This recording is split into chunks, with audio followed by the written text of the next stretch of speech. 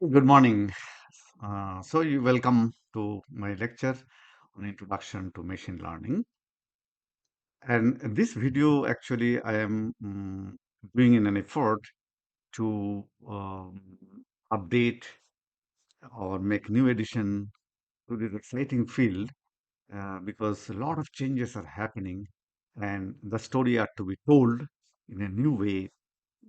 That's why I decided that this should be the second lecture um, followed by the first lecture, which were made some 3 to 4 years before. So here we are going to talk about AI timeline, mm, and more specifically, we are going to discuss the contribution of these great personalities who are actually responsible for bringing this revolution. Can you imagine this? The Walter Pitts, Warren McCullough, in 1943, the American scientist envisioned that one day the neurons, they call artificial neurons, will be able to replicate our human brain's real neuron, which process lots of information. You know, our brain is a, you see, some 100 billion neurons, some 1 trillion interconnections, the massive infrastructure responsible for processing various sensory information, mm, audio, visual, all kind of things, right? Tactile. And they envisioned that this kind of thing in computer in silico in one day we will be able to achieve. When? 1943, when there was no GPUs, no real sense the computer, they were kind of electromechanical computers.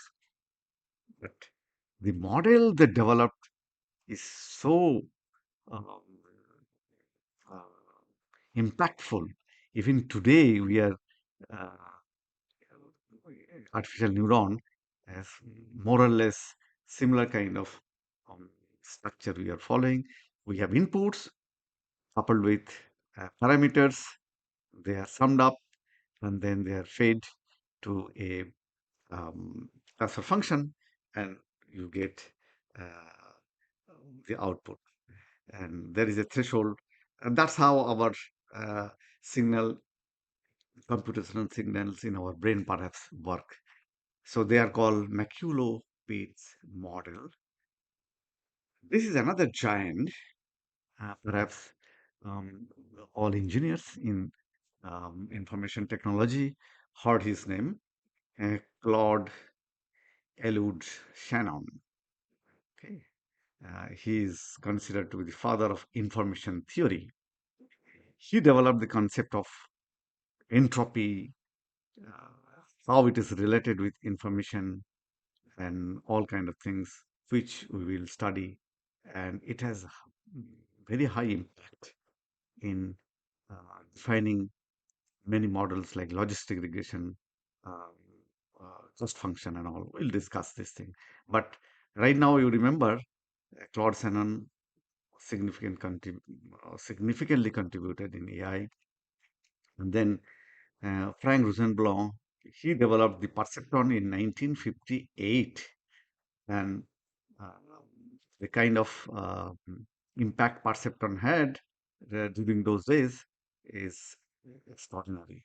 It could classify linearly separable uh, problems and kind of uh, model he developed in 1958, more or less similar model we are using today as an artificial neuron. Um, but only thing is we are exploring newer and newer transfer function. This transfer function was hard limit and it had some kind of constraint.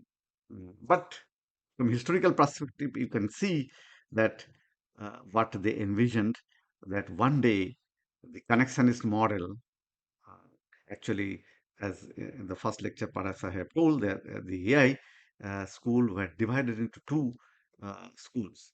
One thought it is a reasoning and the logic uh, logical made with algorithms and computation can one day replicate our human brain. Another group, they decided, let us try, how we think to emulate that. Let us try to first emulate the human brain itself by developing neurons, they call artificial neurons, and developing connection between this neuron, the way in our brain real neurons are connected. And I am talking about these giants in this school. They all envision about um, artificial neurons. And you will study what is information theory and how information is related with entropy. This we'll discuss in our lecture. But right now, you just these are the Shannon's information theory concept, and they have uh, very high impact. And they are so simple. You see, uh, according to his theory, that if the entropy um, is more, then uncertainty is more. And suppose I have now two class problem. I am trying to say distinguish between um, mango and perhaps um, orange. So I'm denoting mango as class 0 and orange as class 1. Then uh, towards the mangoes features, towards this class, entropy should be very, very small because there is no uncertainty. Uh, Towards the structural similarities with orange, also there is entropy is less because there is no ambiguity that this could be um, or the orange could be a mango sepet. But problem arises when you get a fruit which looks like mango, but it is actually an orange, and our decision boundary has to be drawn on that line. And there the entropy is maximum, uncertainty is maximum. All of things we'll discuss afterwards.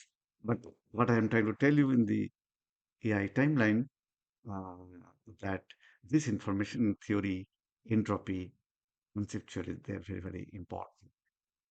And these are our modern AI heroes. Those are our past heroes, and they are our modern AI heroes who are shaping and um, nurturing this revolution, fueling this revolution every now and then. And by God grace, they are all living legend. So let us try to uh, talk about them one by one. One is Vladimir Bapnik, is a Russian born in Russia, USSR, 1936. He uh, developed a, a very sophisticated uh, classifier known as support vector machine, or SVM. Actually, in 70s, late 70s, when he was um, doing research towards his PhD, he actually developed the concept. And in 90s, late 90s, 1990, actually, he migrated to US, and then actually, um, thanks to computation power and uh,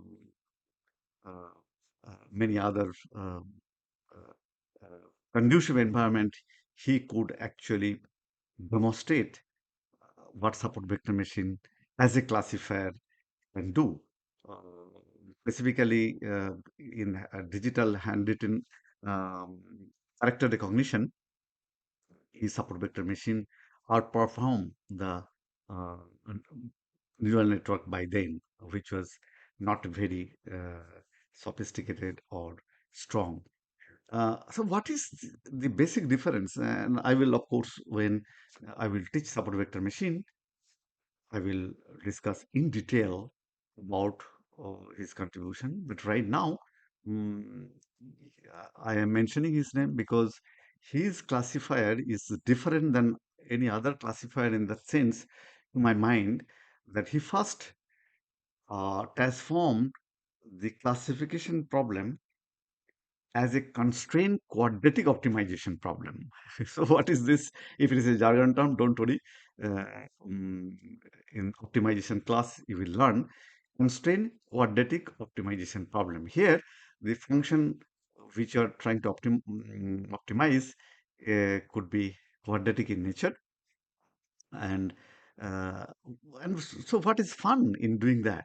Classification problem translated into constant quadratic optimization problem. The fun is, even by then, the 1960s, we had great QP solver. Uh, and once classification problem is translated into um, constant quadratic optimization problem, you could easily solve it, even with constrained computation power. So that's how he could demonstrate in the era when computations were not ubiquitous and not easily available. Even then, support vector machine could perform great.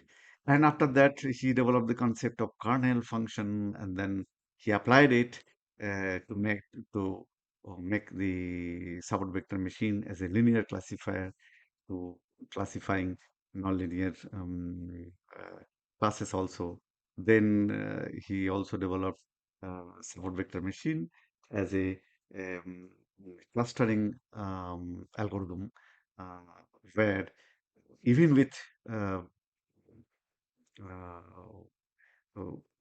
unlabeled data, you could uh, simulate cluster, and that's the actually generative AI, you can call it, where you don't require supervised learning. So those are his contribution, and then we will talk about and I hope that Vladimir Baplik will live longer and will continue to contribute in this area of AI. And second, we will talk about Jeffrey Hinton. And by this time, everybody knows about Jeffrey. He made significant contribution in 1980s in popularizing the backpropagation algorithm, which is the backbone of um, neural network training.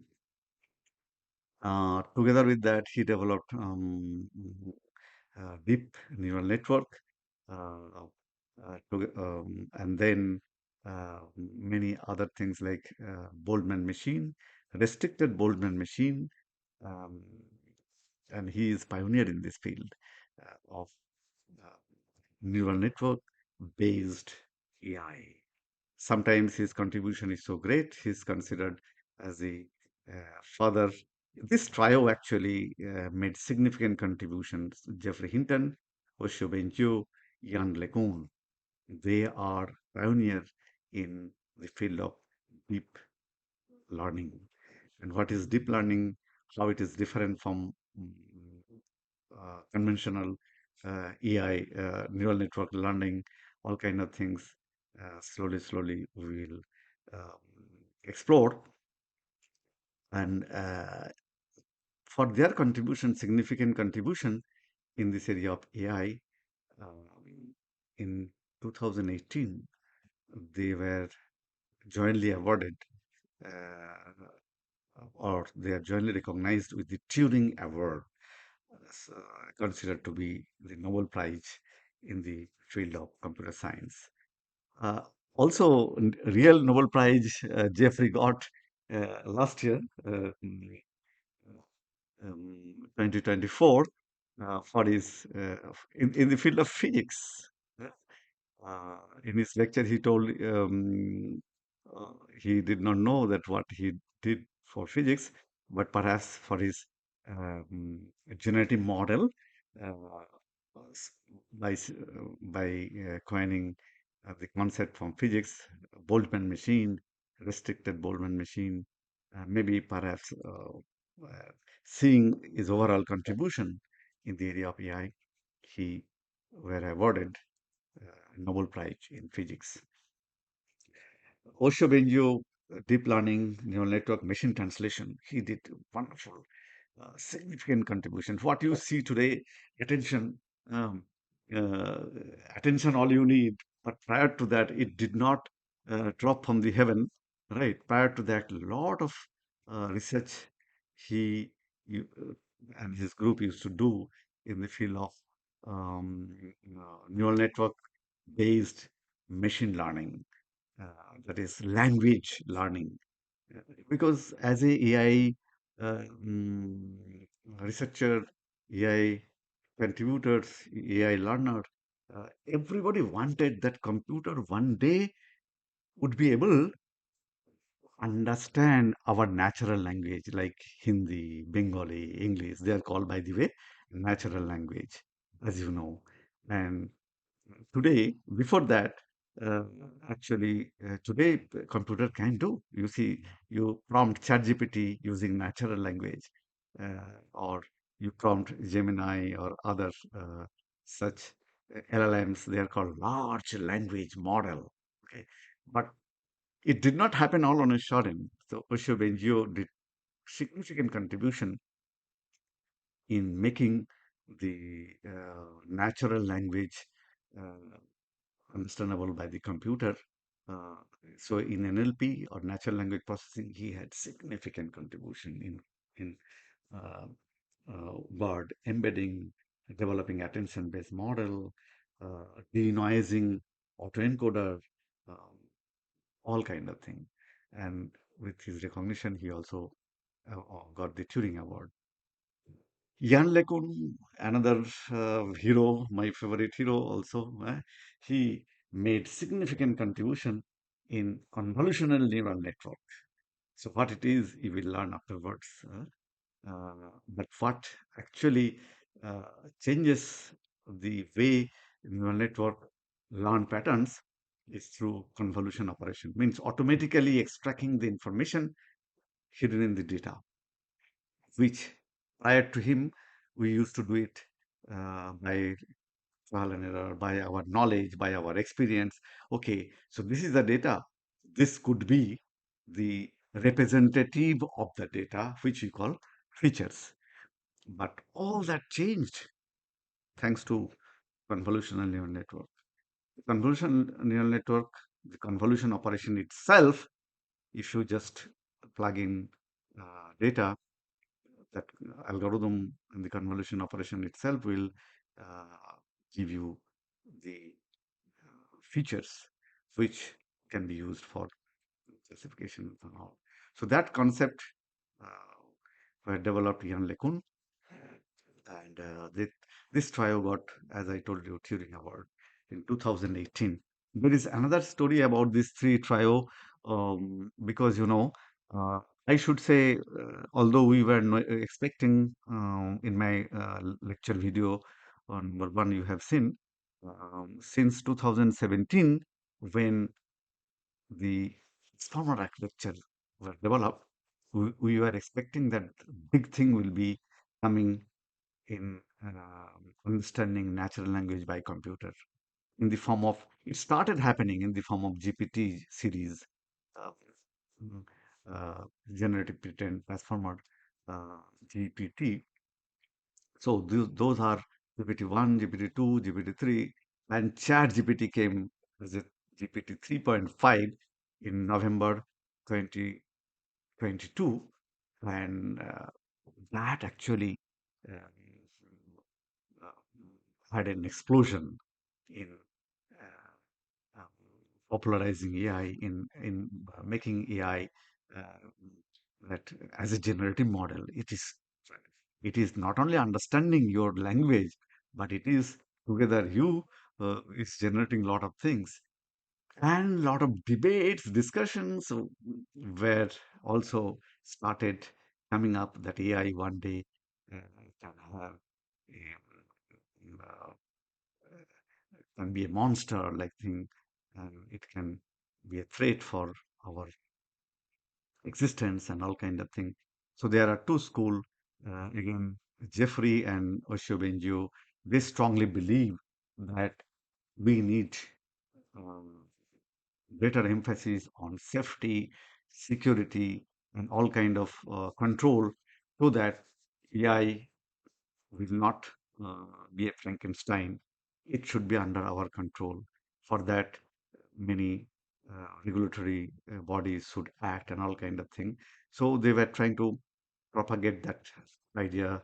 They collected signatures, and then they were appealing to the lawmaking authorities in United States and many other countries uh, to have a check. Uh, Basically, do not allow that um, that generative AI to go beyond a certain limit. On the other hand, Jan LeCun told that okay, let us when the the giant is already out, let us don't try to restrict them too much, make open. Uh, he propagated the idea of openness, and just like internet, they were flourished under mm, open uh, communities. He also propagated the idea, and in Meta, he's working and in a high post, I think vice president and all, and he is propagating the idea that we should make everything open. And Meta is taking a leadership now. Our students, we do research in SAM, then Dino, all kind of object detection, transformer-based foundational model. Uh, the Meta has made available, and then Llama series of LLM, large language model, has made available for us. His idea is that if we make the things open, uh, then people will have larger access, people will work on top of it, and some kind of automatic control will be there. So there will be no existential crisis. There is no threat whatsoever. What we were thinking that AI will pose some threat in future, it will never happen. That's his uh, idea. And now people, they both in the both this school, people are divided. I strongly believe that this is what is going to happen, that there will be no existential crisis for humanity as long as it is developed, nurtured by us.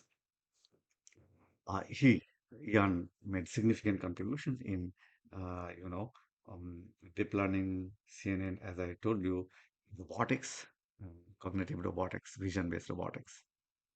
Then another giant figure in the area of artificial intelligence, Professor Fei Li, very renowned professor in Stanford University.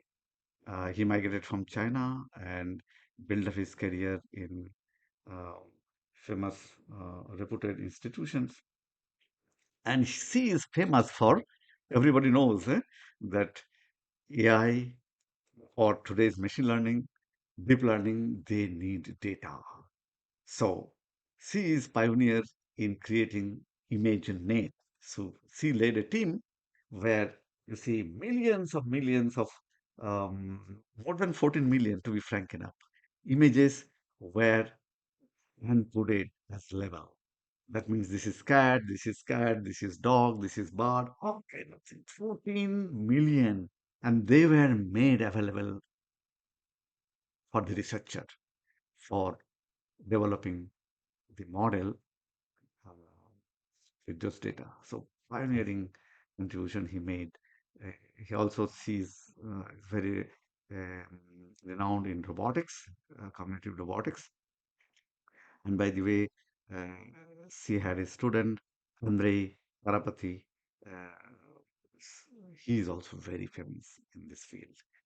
So now we are slowly taking you from our conventional um, AI to connectionist model-based AI, where artificial neural network is the uh, engine, and then deep neural network, which is giant.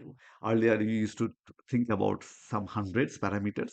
Parameters means in a neural network, few neurons, and they will capture some kind of pattern hidden in the data. Today, we are talking about trillions of parameters, billions of parameters, thanks to massive computation power. So, massive computation power, uh, they are available in cloud, in the form of cloud, and save data. Uh, are actually fueling this present day AI. So if I just can discuss about several layers, we have at the bottom electronics, NVIDIA and all they are developing chips, very powerful GPUs. And, and then we have mm, um, uh, on this top cloud, which is excessive computation power available. And on top of it, large language models. And on top of it, perhaps we will be able to uh, generate a lot of our applications because these three layers requires a lot of investment, a lot of infrastructure and billions of dollars, but they are now available. Means industry, it is $1 trillion of industry. They are uh, working on this so that uh, one of them is NVIDIA taking leadership in at the bottom layer, that is chip layer. And then um, many renowned companies are making the cloud available with computation. And then many companies are developing like Meta, Open AI, and all kind of things. Google, they are developing foundational model in the form of large language model. And hopefully, using those, we will be able to develop your um, young brains. You will undergo all these classes. So slowly but steadily, we'll continue our journey in introducing with these heroes to you. Um, in the next class, the idea is you will have a big basic background to know what is happening and what is going to happen in future, so that you can also take part in this AI revolution. With this, thank you for your presence and have a nice day. Bye bye.